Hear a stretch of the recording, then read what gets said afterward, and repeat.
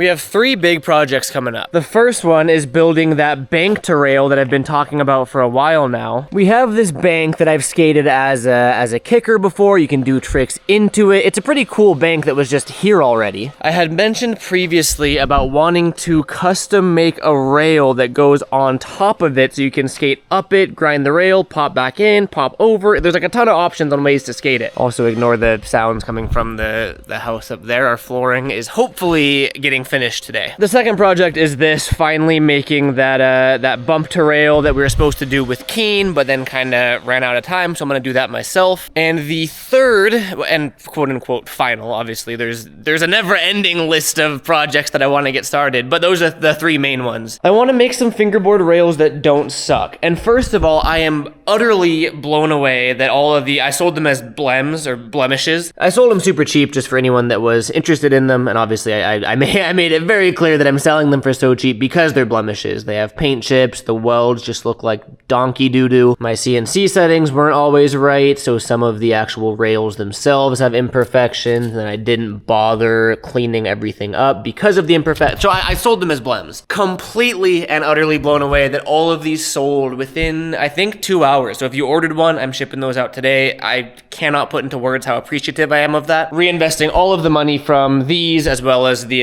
keychains that we made. All money made from anything fabrication-wise is going straight back into fabrication. Our third task is to revise these essentially and learn from our mistakes and make a batch of fingerboard rails that I'm actually proud of. Something that I've learned about myself, and I'm sure I've made that pretty clear on social media over the years as well, is once I get sucked into something, I get sucked good. I think it's an ADHD trait, I'm not gonna lie, but I get very, very involved into whatever hobby or passion I'm currently sucked into. I think that's why I'm where I am in my career. I think that's why I was drawn to skateboarding. You know, once I find a passion, I sort of just tunnel vision, lock into it, and that's just what I do now. As of right now, my passion has been metal fabrication, and I am sucked good right now. I'm debating picking up like welding classes. I really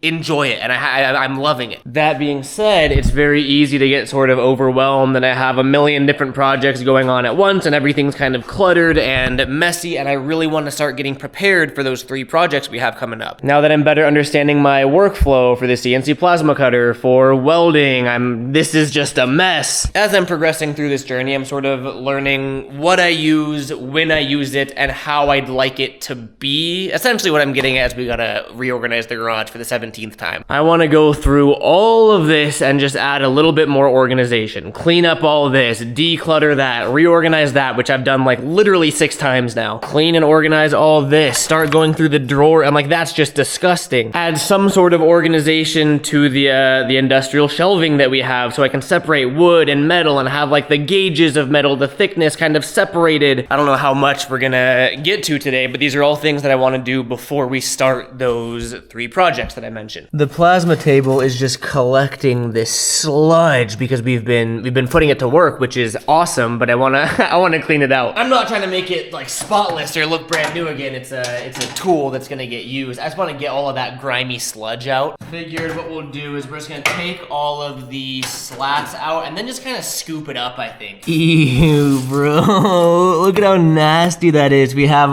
the G's from the gussets, that's what they're called. The G's came out of there. I should just sell these as chains, bro. Just ice them out and have a G on my neck, imagine. That's something 2017, oops, I dropped it. That actually is something that 2017 Garrett would do, which is crazy. Oh my God, this is actually disgusting. I'm just gonna like shove it all in this hole here, collect it in the bucket, and then like rinse it out, and I don't know, man. Yummy, would you look at that? I just got all the big chunks out and then I did my best to like scoop everything into the holes, but I mean, it's gonna get dirty again, so I just wanted the big stuff out. I moved the plasma cutter and all the wires, and I moved the buckets, and some of the nasty goopy goop missed the buckets, and I guess that stuff just stains, bro. I'm sure I could like scrub it out. It also stained my my hands a little bit, but I recently moved the welding table down here and I flipped the welder around because originally it was turned around and the welding table was up there. Sort of thought it made more sense to have it down here, and since I had to get on my stomach to weld the feet onto that rail, I just feel very crammed right there. It's not the best spot for it. I think what makes the most sense is to put the drill press where the welding table is, put the welding table up here, and I'm gonna have to modify the cart so that it fits under there. Okay, this will be fun. I don't know how I'm gonna get this down. I'll worry about that later, I guess. Oh, this thing's heavy. I just need to like clean out the space first and then put everything in place. So again, this is gonna take some slight modification to make this work. I don't even think I ever showed you guys this. I got these jumbo tanks, right? They make smaller, more portable sizes, but I got these because they pretty much live in here. The only thing is my cheap little Harbor Freight welding cart didn't fit the bigger tanks. So I went through, I guess I could have done this with the CNC machine, but I didn't have the CNC machine yet. I went through with an angle grinder and just like hacked away at this and at this, so the bigger cylinder can fit in there. This thing's a hack job to begin with, and I'm gonna hack it up even more. You can see we can pretty much fit under this workbench here, except for these little handles, so I have an idea. There we go. Looks like a scooter handlebar. Nice. Sweeping content. My method of sweeping is just to sweep everything somewhere else so I have a sweeping mess to clean up later. It's just to maximize the sweeping content, right? Because it'd be smart if I made a pile, then scooped it up and threw it away. But no, that's just that's not how we're gonna do it. Yeah, I do think this is gonna come really close, but I think, yeah, it fits. I mean, we really just want to like back it in to there. That's actually that works perfect. All right, let's see if this is gonna fit. Okay, you get on up there. Perfect. Actually, I hope this fits. Oh yeah, it fits. It's a perfect fit. Nice, look at that.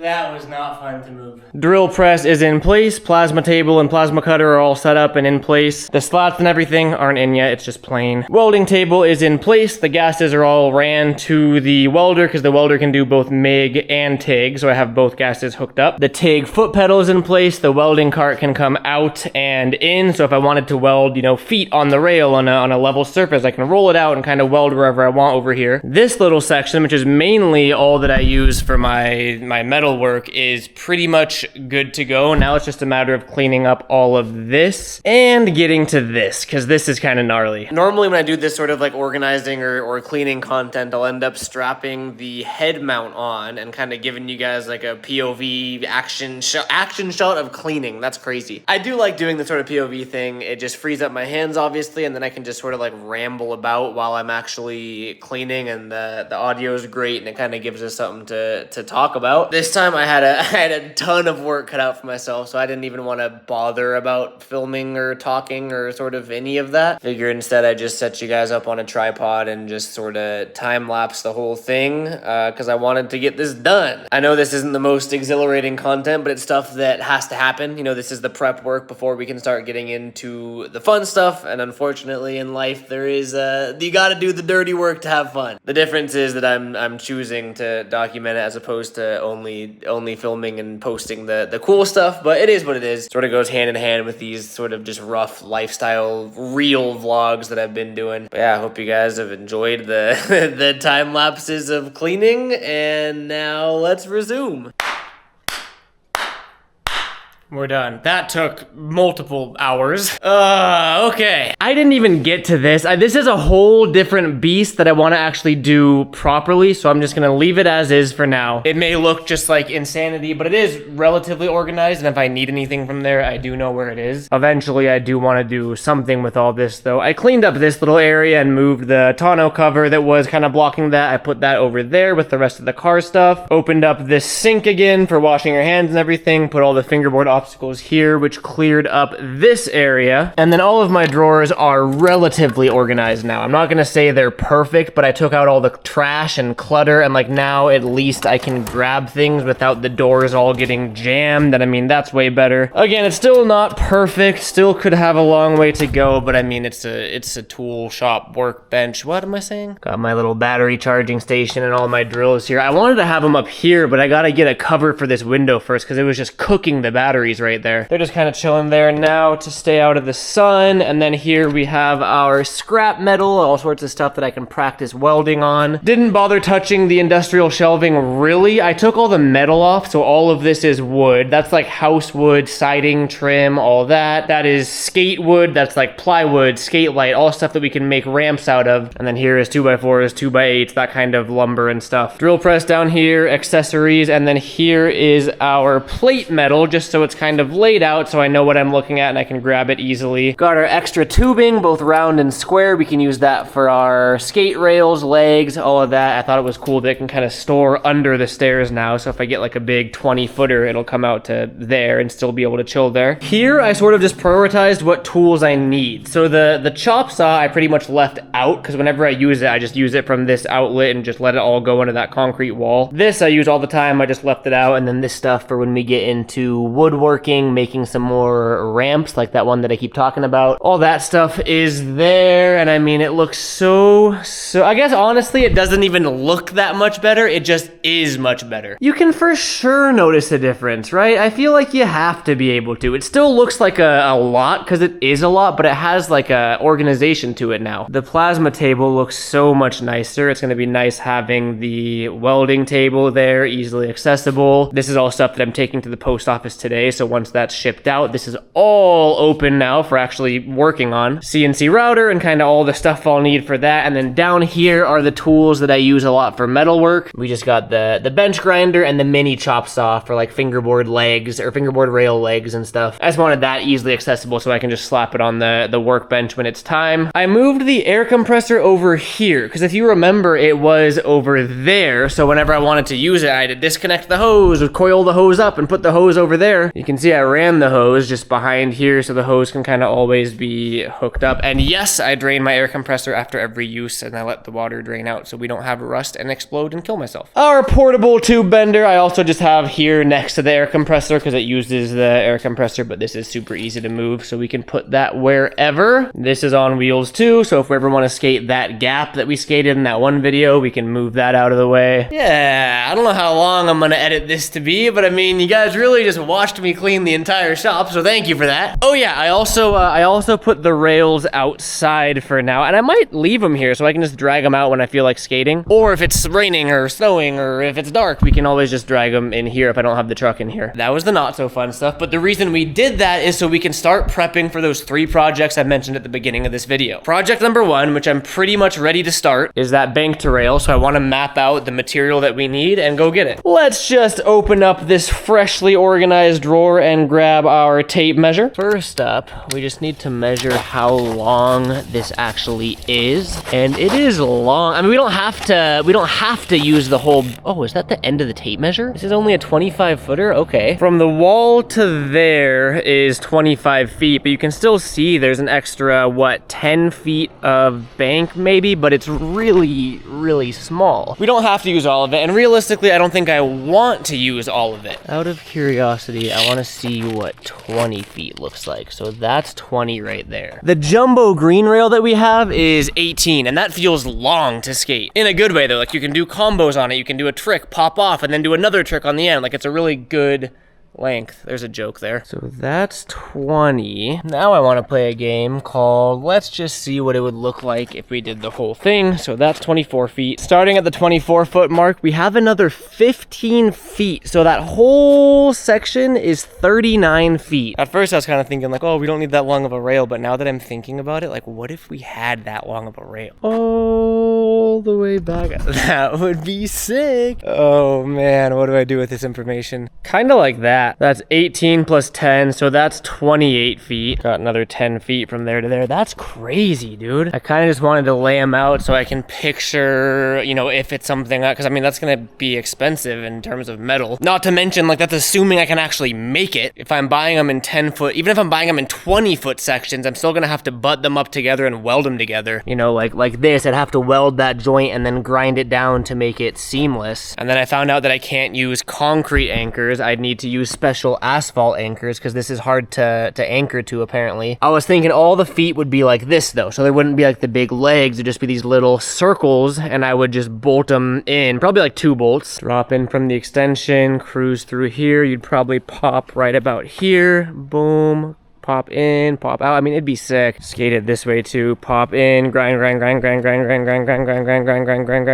pop into the bank. I gotta make it happen somehow, man. I think that's what I'm gonna do. Oh, okay. Oh, look, I brought down the whiteboard and we actually have markers for it now. Driveway, bump, rail, boom. So what I'm thinking, it is just going to be one long rail. You know what? We can always change this, but let's do 30 feet. I'm thinking we have 4 legs, so we'll do like boom, boom, boom, boom. We'll say that that is 1 foot. This is also 1 foot. That leaves that middle section at 28 feet, which means the legs are going to be 7 feet apart. I can't just buy a 30-foot rail though. I have no way to transport that. I can do 10 feet comfortably, meaning it is going to consist of 1, 2, 3, 10-foot sections. I feel like I'm a school teacher right now. Each of the legs is going to be attached to a circular foot. Here is that circular foot. We'll have this be 5 inches. That looks like it says sin. 5 inches. It looks like I said no sin. It's like a no sin sign. That's funny. I gotta order the asphalt anchors, and then I'm gonna CNC holes in the plate so that we can bolt into the asphalt down below. We'll do 2 bolt holes. A little arrow here. I wonder if I'll be able to decipher this later. Adding to this craziness, we want the whole rail to be 1 foot tall, which means the legs are going to be 10 inches. Isn't it crazy that I can look at this and like my brain actually understands it? So, materials needed. We are going to need 3 10-foot, 2-inch OD 0.120 wall tubing. 3 10-foot, 2-inch OD 120 wall. Yeah, that's what we need. We need 3 of those, and that's sort of all we need because I have the plate steel that we need for that. Oh, we're gonna need the legs. 1, 2, 3, 4 times 10 inches, 40 inches. We're gonna do 1 5-foot, 2-inch OD 0.120 tube, just so we have a little bit left over and they sell it in 5-foot increments. Yeah, I guess.